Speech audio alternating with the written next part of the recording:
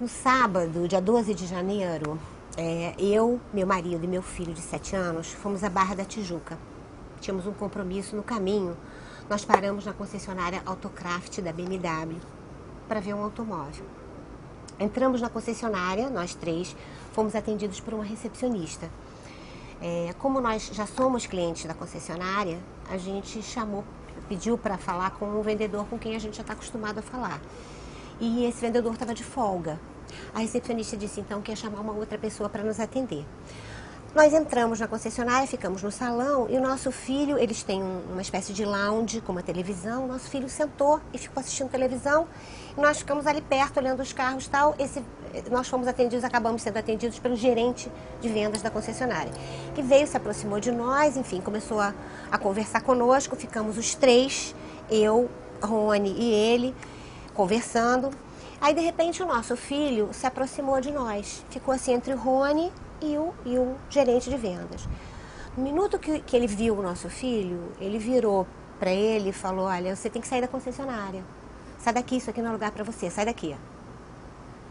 A gente levou ainda assim uns segundos, apesar disso já ter acontecido antes com a gente levou uns segundos para tentar o que estava acontecendo. E aí o Rony falou: vem cá, mas não pode ficar aqui por quê? Não, porque eles incomodam os clientes, pedem dinheiro, tem que sair, tem que tirar esses meninos daqui. Nesse meio tempo, eu peguei a mão do meu filho e fui saindo da concessionária. Enfim, e aí ele perguntou: mãe, por que eles não gostam de criança? Por que tem uma televisão passando desenho, se eles não deixam criança ficar aqui dentro, tal? Enfim, aí eu tentei contornar: não deixam criança, a gente também não vai ficar, eu e o papai vamos sair, enfim. E aí o Rony saiu atrás de mim, né? E nós saímos da concessionária, seguimos nossa vida e tentamos o máximo possível, enfim, contornar a situação para que ela não impactasse ainda mais, enfim, emocionalmente nele. Deu para administrar. Ele ficou meio ressabiado, tal, ele já tem 7 anos, mas deu para administrar. Exatamente 7 dias depois do que aconteceu, naquele sábado, dia 12 de janeiro, nós recebemos no final do dia um e-mail de uma pessoa chamada Mário, que aparentemente é o dono da concessionária, cujo título foi Desculpas, então relatando a visão dele do que tinha acontecido.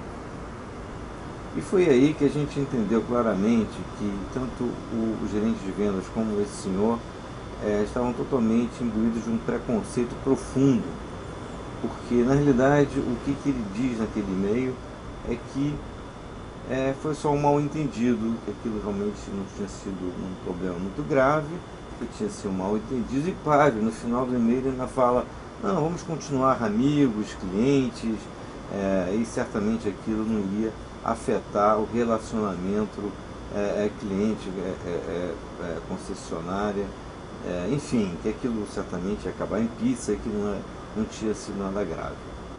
Porque na verdade, o que ele tentou no e-mail? Ele tentou caracterizar aquela atitude, que foi claramente uma atitude preconceituosa, né? Quando ele viu um menino negro, né, sozinho, aparentemente sozinho, ele não tinha visto o menino entrar com a gente, então aparentemente sozinho, dentro de uma concessionária BMW, ele prejulgou que aquele menino fosse um menino desacompanhado, um menino de rua, e ainda assim, ainda que fosse, né, ele aí ordenou que o menino saísse da loja. Assim, em nenhum momento ele nem olhou para o nosso filho, em nenhum momento o nosso filho interpelou, incomodou ou pediu qualquer coisa a quem quer que fosse dentro da concessionária.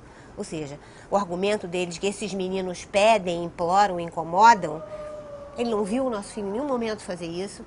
Enfim, ele tinha na cabeça dele uma imagem pré-concebida, e aí ele, enfim, me pediu, ele não pediu, ele mandou sair da concessionária. Então, enfim, o que a gente esperava era que eles se retratassem do que de fato aconteceu.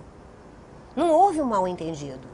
Houve claramente uma atitude preconceituosa, discriminatória em relação ao nosso filho de 7 anos.